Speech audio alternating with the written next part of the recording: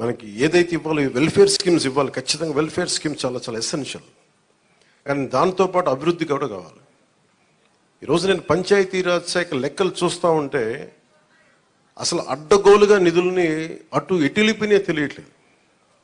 మీరే చూశారు, ఒక చిన్నపాటి కాలువకి ఒక మండలానికి కావాల్సిన డబ్బులు ఒక 15 కోట్లు 10 కోట్లు ఏది ఒక చిన్నపాటి మినీ రిజర్వాయర్ అవసరం ఏదైనా ఉంది, లేదంటే మనకి చిన్న కాలువల మరమ్మతులు కానీ, వాళ్ళ ప్రయారిటీ వాళ్ళు మంచిగా చెడ ఇవన్నీ పక్కన పెడితే వాళ్ళ ప్రయారిటీ 600 కోట్లు పెట్టి ఋషికొండలో ప్యాలెస్ కట్టుకున్నారు. అదే 600 కోట్లు ఈ పాటికి మనకి మనకి ఇక్కడ కనుక పెట్టుంటే ఒక జిల్లా అభివృద్ధి అయిపోయింది. సో మేము తీసుకున్న ప్రయారిటీ అది. హంగులకి ఆర్భాటాలకి కాకుండా, నేను ఈ రోజున పంచాయతీరాజ్ వ్యవస్థ నేను నడిపే వ్యక్తిగా చెప్తున్నాను మీకు, ఇందులో నా సైడ్ నుంచి కరప్షన్ ఉండదు, నేను మీకు మాటిస్తున్నాను. పర్యావరణ శాఖ సంబంధించి దాన్ని బలోపేతం చేస్తాం. అకౌంటబిలిటీ, ఎన్విరాన్మెంటల్ ఆడిట్ పట్టుకొస్తాం. ఏ కాలుష్యం ఎందుకుంది, దానికి పారిశ్రామికవేత్తలు ఏం చేస్తారు, ఇబ్బంది పెట్టి భయపెట్టేది కాదు, కానీ వారి బాధ్యత కూడా గుర్తించేలా దానికి ఒక బలమైన ప్రయత్నం చేస్తాం. అలాగే పంచాయతీరాజ్ శాఖలో చూస్తే జల్ జీవన్ మిషన్, ప్రతి ఇంటికి రక్షిత మంచినీరు. మన పిఠాపురం సమస్య కాకుండా మనం కూర్చోబెట్టి ఈ మధ్యన ఈ కొల్లేరు కైకలూరు నియోజకవర్గం గురించి చూస్తే 80% అన్ని చేపల చెరువులు ఉన్నాయి, తాగడానికి నీళ్లు లేవు.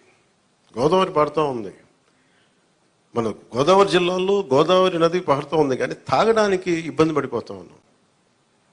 మన పిఠాపురం చూస్తే వెళ్తే ఎక్కడ చూసినా ఉప్పాడ, మనకి కొత్తపల్లి ఉప్పాడ ప్రాంతం, మిగతా ప్రాంతాలకు వెళ్తే తాగడానికి మనకు నీళ్ళు లేవు. కేంద్రం నుంచి ఎన్ని నిధులు ఉన్నాయంటే జల జీవన్ మిషన్కి అసలు నిధులకి కొరత లేదు, మనం అడగాలి తప్ప. ఎందుకు చేయలేకపోయారు అంటే దానికి అర్థం కాలేదు నాకు. పంచాయతీరాజ్ అధికారులు చెప్పింది, కేంద్ర జల జీవన్ మిషన్కి ప్రతి ఇంటికి రక్షిత మంచినీటికి మీరు డబ్బులు అడగాలే కానీ ఇస్తారు. ఒకసారి కొన్ని పథకాలు కేంద్రం ఇచ్చేది 70% ఉంటుంది, 90% ఉంటుంది. దీనికైతే చాలా మ్యాక్సిమం ఉంది. దీనికి నాకు ఎగ్జాక్ట్ ఫిగర్ గుర్తులేదు, 90-70 అని. అంటే మ్యాచింగ్ గ్రాంట్ ఇవ్వలేని పరిస్థితిలో ఉంది.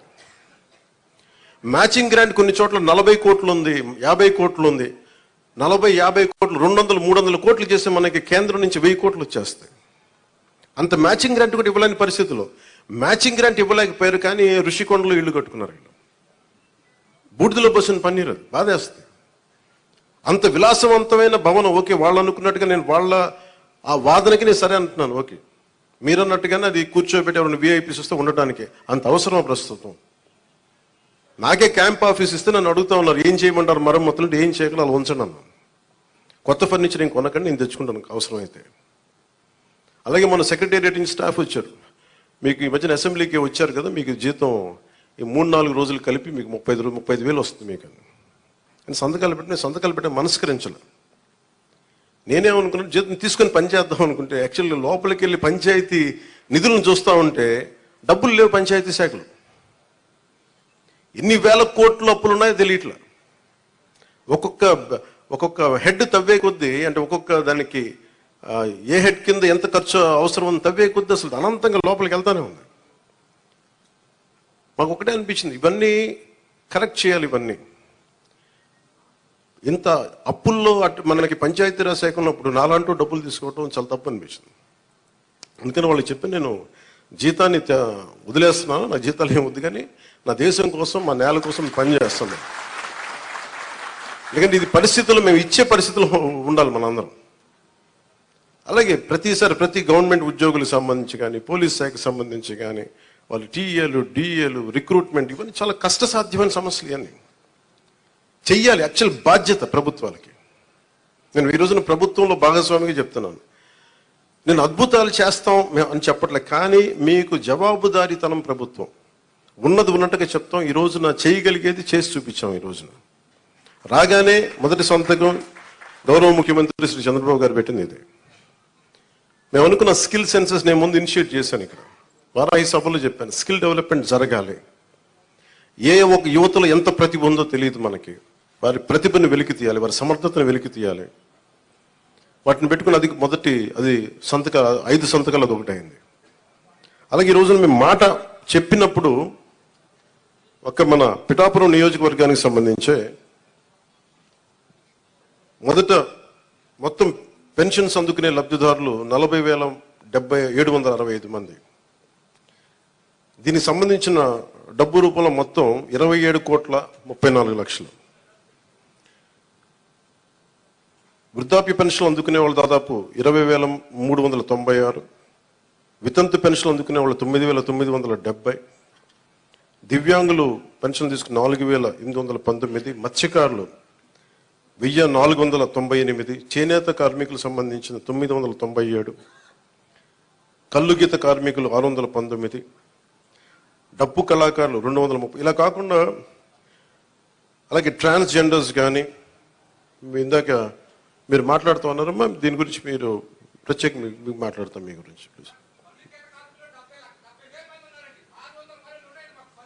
కరెక్టే, ఇవన్నీ మీరు ఒక్కరోజు వినండి మీరు ఆవేశపడకండి, కూర్చోండి, వినండి దయచేసి వినాలి. మీరు జర్నలిస్టా, మీరు సంఘం నుంచి వచ్చారు? ఓకే, కూర్చోండి ప్లీజ్, కూర్చోండి. ముందు ఎక్కడో చోట ఒక అడుగు మొదలు పెట్టాం. మీ తమరి పేరు మీ పేరు సార్? ఓకే, గోవిందరావు గారు. ఇది ఎక్కడో ఒక చోట మొదలు పెట్టాం, గుర్తుపెట్టుకోండి. ఇందాక కలెక్టర్ గారు కూడా అదే చెప్తున్నారు. ప్రతి ఆల్టర్నేట్ వీక్ నేను వచ్చి పిఠాపురంకి వచ్చి కూర్చుంటాను. అవి ఏవైతే ఉన్నాయో అవి ఇవ్వండి ఖచ్చితంగా. దీంట్లో కూడా చాలా ఛాలెంజెస్ ఉన్నాయి. గత ప్రభుత్వం కూడా అర్హత లేని వాళ్ళు పెట్టారని, అర్హత ఉన్న రకరకాల కామెంట్స్ ఉన్నాయి. వీటన్నిటికీ కలెక్టర్ గారు వీళ్ళందరూ సలహాలు ఇచ్చేది ఏంటంటే, కేంద్ర క్యాబినెట్కి ఇచ్చేవాళ్ళు, మనం రాష్ట్ర క్యాబినెట్కి చెప్పమంటుంది ఏంటంటే, ఒక రీసర్వే కూడా జరిగితే చాలా మంచిది దీని మీద అని. ఖచ్చితంగా కలెక్టర్ షాన్ మోహన్ గారు చెప్పిన ఈ సలహాని రాష్ట్ర క్యాబినెట్ ముందు ఖచ్చితంగా గౌరవ ముఖ్యమంత్రి చంద్రబాబు గారి దృష్టిలో కూడా పెడతాం. అది కేంద్ర క్యాబినెట్లో, రాష్ట్ర క్యాబినెట్లో మేము చర్చిస్తాం.